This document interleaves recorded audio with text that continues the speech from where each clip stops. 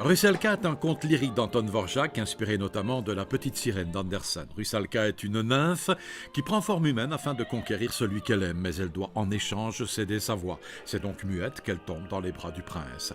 Bientôt le prince, las de la silencieuse beauté de Rusalka, se détourne d'elle pour suivre une princesse étrangère. Rusalka, pour exprimer sa douleur, retrouve sa voix.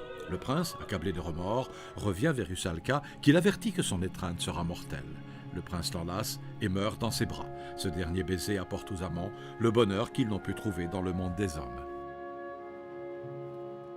On parle toujours du malheur de Rusalka, qu'elle a fait pas une bonne choix, qu'elle est trahie par cette prince et qu'il ne pouvait pas donner l'amour à elle parce qu'elle est pas humaine. Mais en fait, les dernières paroles qu'elle dit à la fin, quand le prince meurt dans ses bras, elle dit merci pour toute cette humanité, pour tout cet amour humain que vous m'avez porté. Ce n'est pas une femme victime, c'est une femme très forte.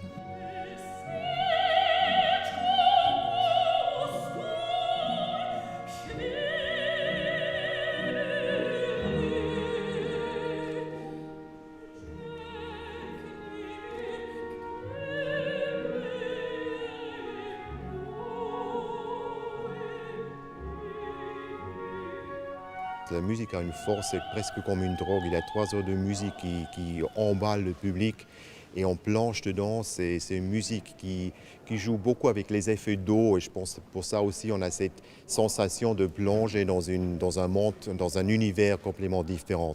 Et je pense que c'est ça un des secrets du succès de cet opéra. Bien sûr, il y a aussi la conte fée qui attire tout le monde, tous les âges et chacun peut interpréter quelque chose de différent dans cette pièce.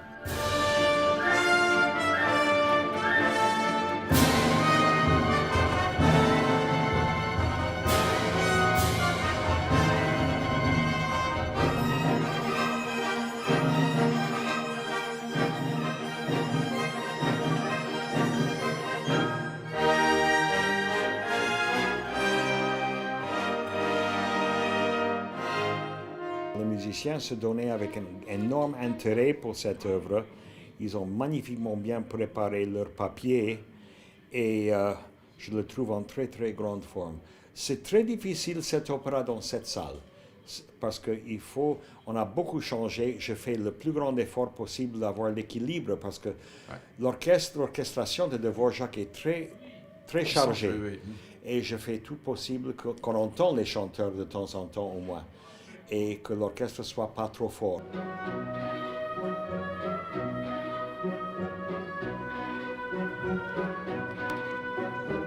Pour la première fois à l'Opéra de Monte-Carlo, Rusalka est à découvrir les 24, 26, 29 et 31 janvier. C'est une œuvre qui va plaire à tout le monde, aux enfants, aux adultes, mais c'est très facile d'être touché. C'est magnifique, c'est une merveille.